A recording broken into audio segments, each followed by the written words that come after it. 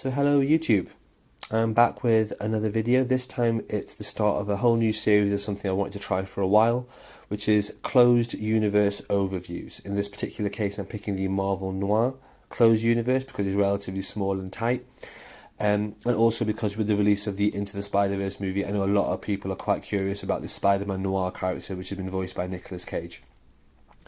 I'm going to do a quick overview of all the comics, reading order, what they're about, roughly who they by, that sort of stuff. And at the end of the video, I'm going to rate them via my rating system, which is a really simple system of, is it worth buying, is it worth just reading, or should you skip it entirely? So jumping straight into it, here is a quick overview of all 11 lines that comprise the Noir universe. I'm going to go through them one at a time. The flagship one is Spiderman Noir, and Spiderman Noir is written by David Cain, who is kind of hit, kind of miss, it depends. In this case, it's pretty hit. It's a very good mini-series of 4 issues.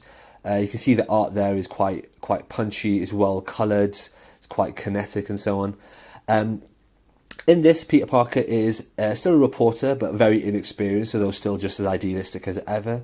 It's based in 1933 during the Great Depression era. In this origin story, he gets his powers by getting bitten by a poisonous spider, which is illegally imported. And rather than it being a case of it has radiation or genetic alterations, it's actually more of a magic, totem, shamanistic sort of reason as to how he gets his powers. When he becomes Spider-Man, he decides to avenge the death of his uncle Ben Parker and also Ben Urich, who is his mentor, who both got killed by Green Goblin, so Norman Osborn in this continuity. As well as I also introduces Ox, Craven, Chameleon, Vulture and Felicia Hardy as Black Cat, and it introduces the noir versions of all of them. So that was a bit of a hit, and I can see why, because it's actually really good.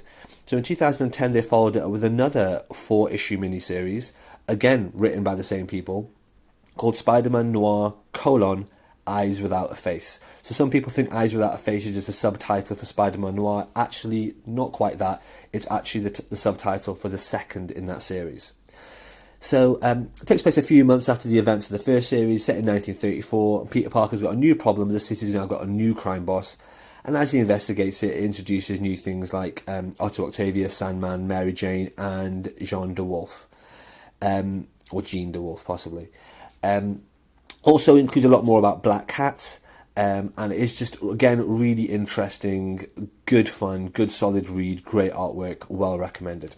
So then we move on to Daredevil. Again, this came out in 2009. It was written by Alexander Irvine with the artist Tom Coker.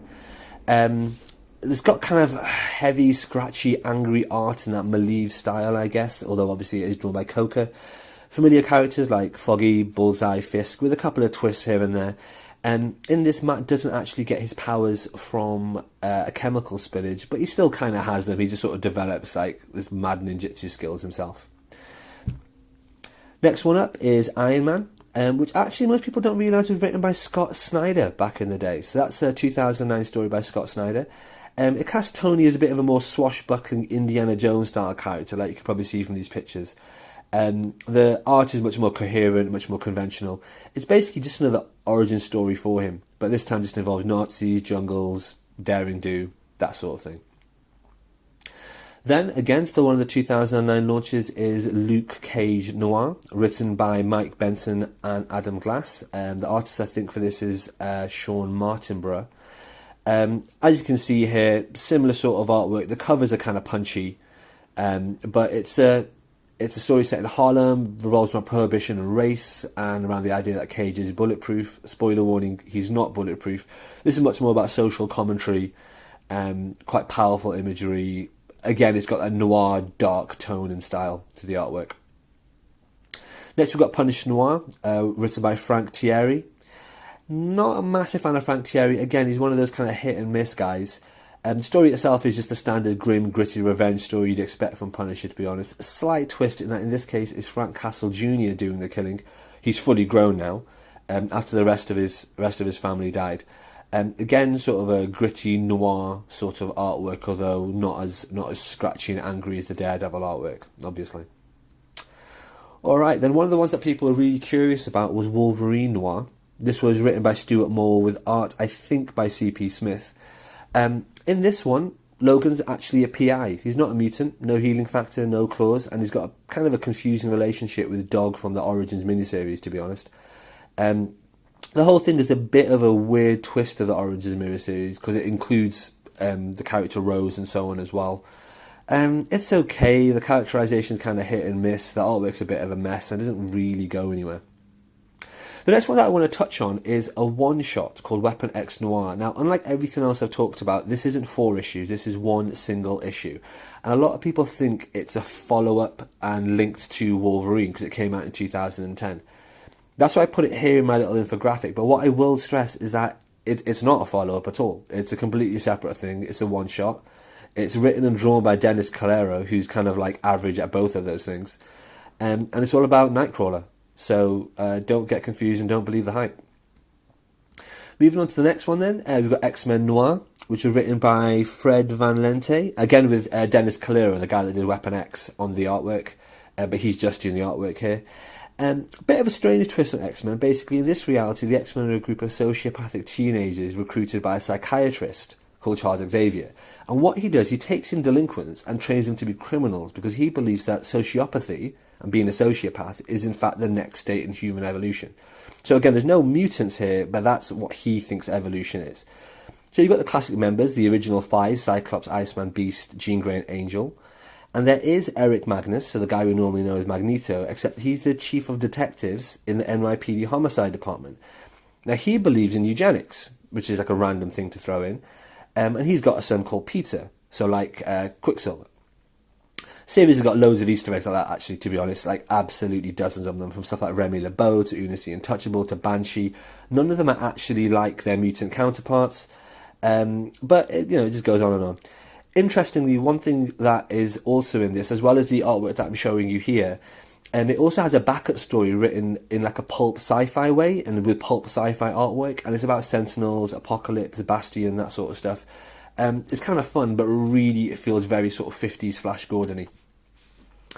So the next one, and this is a direct follow-up to X-Men, is in 2010 they released X-Men Noir, Mark of Cain, which again written by Fred Van Lente and same artist Dennis Calero, as you can see from the artwork here.